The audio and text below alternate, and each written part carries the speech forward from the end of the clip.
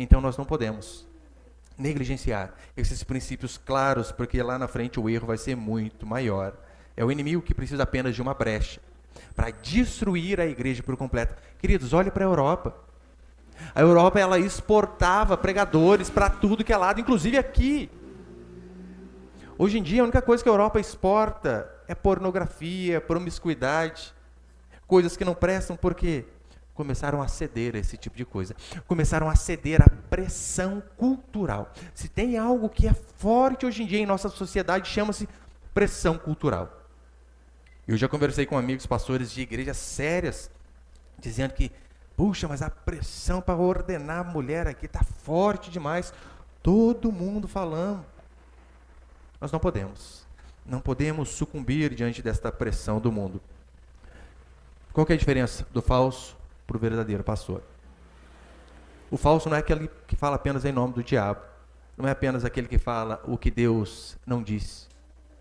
O falso é também aquele que, com medo de ser verdadeiro e perder pessoas, consequentemente perder a arrecadação, ele então suprime algumas coisas que estão claras na Escritura.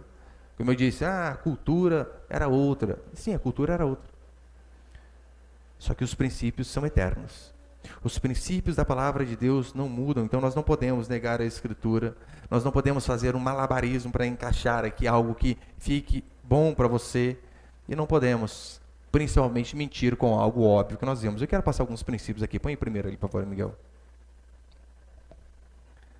Primeiro, a mulher não deve exercer autoridade de homem ou sobre o homem. Chesterton, ele diz assim: chegará um dia em que teremos que provar ao mundo que a grama é verde. Exatamente o que nós temos que fazer hoje.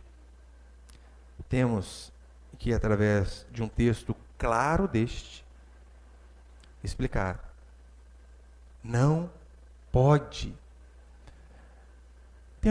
Tem um texto que muitos têm dificuldade também, a respeito do dom de línguas, principalmente os nossos irmãos pentecostais. Eles vão falar aqui em Atos 2 ali, né, sobre a língua dos anjos lá e tal. E se você ler apenas o texto de forma corrida, você vai ver que o texto explica. Quais são aqueles idiomas ali? Ele diz, olha, não somos os partos, medos, elamitas, Mesopotâmia, Frígia, Ásia, Panfilha, Cirene, e cita várias cidades. E ainda diz assim, como nós ouvimos esses homens falar da nossa própria língua materna? Daí então você vem e mostra para um pentecostal isso. Pô, está claro aqui. Esse dom de língua que vocês falam, esse monte de sílabas desconexas, não tem a ver com o dom de Atos 2 de Pentecostes, porque aqui está explícito, são idiomas. Língua materna, o que é língua materna nossa? É o português. Daí você precisa provar para um pentecostal que a grama é verde. Mesmo contexto claro. E a mesma coisa em relação ao pastorado feminino. Primeiro, esse texto aqui que nós lemos de Timóteo, meu irmão, nunca houve dúvida a respeito dele. Toda a Escritura corrobora para isso. Para que a mulher cumpra o seu papel que não é de liderança. Não porque ela é menos de forma alguma. As irmãs sabem. Tem muitas irmãs que são muito mais capazes que os homens. As irmãs têm o dom de fazer mais de uma coisa ao mesmo tempo. Você já viu o homem fazer duas coisas junto? Não, falaram não. Não, esse não foi forte, é indireto, hein? Você pode falar, ó. Você pode falar, ó, dá uma olhadinha no leite, só que fica de olho no feijão. Ou vai queimar o feijão, vai derramar o leite. Não dá, somos limitados. Eu vi esse de um vídeo, não sei quem mandou pra mim. A mulher tá lá, ela põe a água para ferver. E ela põe a água para ferver e ela sai para dobrar roupa, pendurar, voltar, limpa, faz isso, faz um monte de coisa. O homem põe a água para ferver e faz o quê? Até ferver. Não tem a ver com capacidade. Tem a ver com ordenação divina. Além disso, eu desafio você, minha irmã e meus irmãos. Cite apenas uma passagem de uma mulher liderando o povo de Deus congregado. De uma mulher ensinando o povo de Deus de forma pública, como nós temos os cultos. Apenas uma. Você não vê um exemplo sequer de sacerdotisa, a não ser sacerdotisa de Baal. Ah, isso daí você vê. tinha os sacerdotes, tinha os sumos sacerdotes, era da tribo de Arão, eram os descendentes de Arão, e sempre homem, homem, você não vê uma mulher. E aí, então Jesus Cristo, ele vem e escolhe 12 apóstolos. No meio do caminho, um se dizia, que já era um desviado, só estava ali apenas fingindo. Judas morre, e então precisa de mais um. Lembrando, a mãe de Jesus estava ali junto com eles. Se você quisesse escolher uma mulher para representar uma liderança, quer uma oportunidade melhor do que essa? Opa, um morreu, eu preciso completar os 12. Mamãe está comigo sempre, gente. Essa é a hora dela. O que Jesus faz? Matias. O que os apóstolos fazem, né? Escolhem Matias.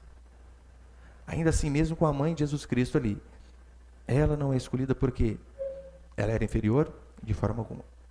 Ela não foi escolhida porque Deus não incumbiu as mulheres de liderarem. Você não vê um exemplo sequer. Ah, pastor, mas isso era daquela época. Não, não era. Como eu disse, o princípio se mantém. Se você ler 1 Timóteo 3, onde Paulo começa a dar as características do presbítero, e às vezes você vê, né, presbítero, bispo e diácono.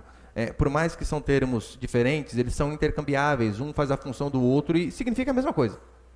Bispo, presbítero e diácono é a mesma coisa, pastor, mesma coisa. Então você vê ele dando as características ali, ele começa dizendo assim, marido de uma só mulher. Eu sei que aqui tem uma polêmicazinha, né, do tipo, será que é alguém de segundo casamento ou alguém que tem uma mulher só? Mas independente disso, não é o meu tema hoje, mas repare, marido de uma só mulher. Então ele teria que ter usado, né, mulher de um só marido. Mas não apenas marido de uma só mulher. E eu sei que quando eu falo isso, os exemplos que as pessoas sempre me dão é o seguinte, pastor, mas calma aí, a Escritura fala sobre Raquel, né, não a minha, sobre a Raquel da Escritura. Raquel era pastora, pior que a única pastora que tem a Raquel. Daí você vai lá ler. Gente, ela era pastor de bicho, de animal, de ovelha. Então, quando alguém dá esse argumento, eu falo, meu Deus do céu. Pelo menos é um argumento um pouco mais inteligente. Cite Débora. É outro argumento. Ai, Débora. Débora não era sacerdotisa. Débora era juíza.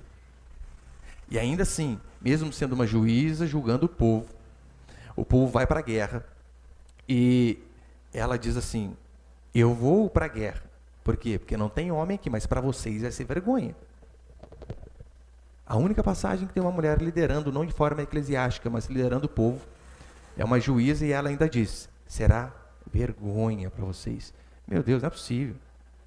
Entra aqui, muçulmano aqui, explode eu. O que a gente faz no domingo? No domingo tem que vir outro irmão pregar. Explode o outro. Mas calma aí. Vai ter que colocar uma mulher com esse tanto de homem aqui. Imagina a vergonha que seria para a congregação. Um amigo meu, na igreja dele, uma vez ele me disse, né? Pastor, mas eu não posso colocar minha esposa para pregar. Nem quando eu tiver de serviço, que ele era militar, né? Ficava de serviço e tal. Tem quantas pessoas na sua igreja? Já tem umas 50. Eu não tenho um homem. Um só. Você não consegue pegar um homem para abrir a escritura no Salmo 119 e lê-lo bem lentamente. Vai dar uns 35 minutos de pregação. Você não consegue achar? Um homem.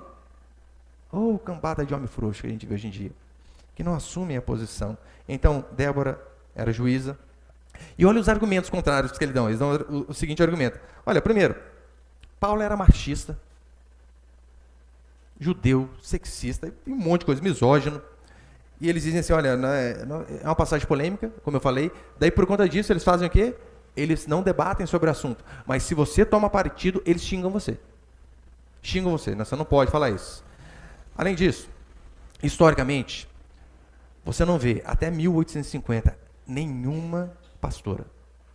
Você não vê dúvida, até 1850, a respeito desse texto aqui, não permite que a mulher ensine. Aí, então, coincidentemente, nessa década, começa a surgir a primeira onda feminista. Então, o feminismo começa a vir devagarzinho, cavando, e então, depois de algumas décadas, eles já começam a pensar, será que é isso aqui que Paulo está dizendo mesmo? Quase 1900 anos, sem nenhuma dúvida. O feminismo entra, então, começam as dúvidas. Põe ali, por favor, o que o Wayne Grudem diz. O Wayne Grudem, ele diz assim, antes do advento das publicações feministas evangélicas, Nos anos de 1970, as passagens polêmicas de hoje sobre as mulheres no ministério não eram consideradas obscuras, ou seja, não havia dúvida nenhuma. Até que começa o advento feminista. É a mesma coisa em relação a Darwin. Meu irmão, nunca se houve dúvida polêmica em relação a Gênesis. E Deus criou todas as coisas do nada, sem matéria-prima, simplesmente dizendo que haja luz, o Fiat, né? Que haja luz. Nunca houve dúvida. Daí então vem Charles Darwin, aquele doido da cabeça, e começa a implantar a questão do evolucionismo. E você precisa ter uma fé enorme para você acreditar na evolução, meu irmão. Se você acredita na evolução, você tem mais fé que muito crente. Você sabe como que Darwin diz que surgiram aqueles pescoços enormes das girafas? É que ele estava lá observando e ele percebeu que os animais começaram a comer, né, as plantas que estavam mais baixas, e então tinha que começar a dar aquela esticadinha para comer a do alto. Esticava mais, ficou aquele pescoção. Fala se não tem que ser muito inteligente para acreditar num negócio desse. Ou melhor, né? Microfonia, né? Baixa só um pouquinho do lado de fora. Abaixou aí? Tá bom, deixei para isso melhor. Então não havia dúvida em relação a isso daí. Agora, quando nós tratamos de assuntos como esse, que não são polêmicos, meu irmão, não são. Você fala bem, pastor, o que é um assunto polêmico? Escatologia. Escatologia, até hoje, eu tenho várias dúvidas. Amilenismo, pré-milenismo, pós-milenismo, pré-milenismo clássico, um monte de coisa. Tem. Agora, quanto a isso aqui, não há dúvida nenhuma. Lutero, ele dizia, olha, eu não sou polêmico. Eu apenas trouxe aquilo que a Escritura diz. E o que Lutero trouxe? Salvação pela fé. Justamente numa época onde a Igreja Católica cobrava pela salvação. Lutero vem e diz, não, a salvação é de graça. Só que quando nós falamos, olha, não existe mulher liderando, o que eles dizem para nós? Seus polêmicos. Tanta coisa para pregar, tanto hospital para visitar, e vocês preocupados com essas coisas. Não façam isso. A verdade é que muitos pastores são ignorantes. Ignorantes não é no sentido pejorativo, Deus me livre, né? Ignorantes no sentido de não ter o conhecimento básico a respeito de um assunto claro. Muitos são ignorantes. E a maioria, covarde. A maioria, covarde. A maioria até sabe aquilo que é correto, mas tem medo de falar.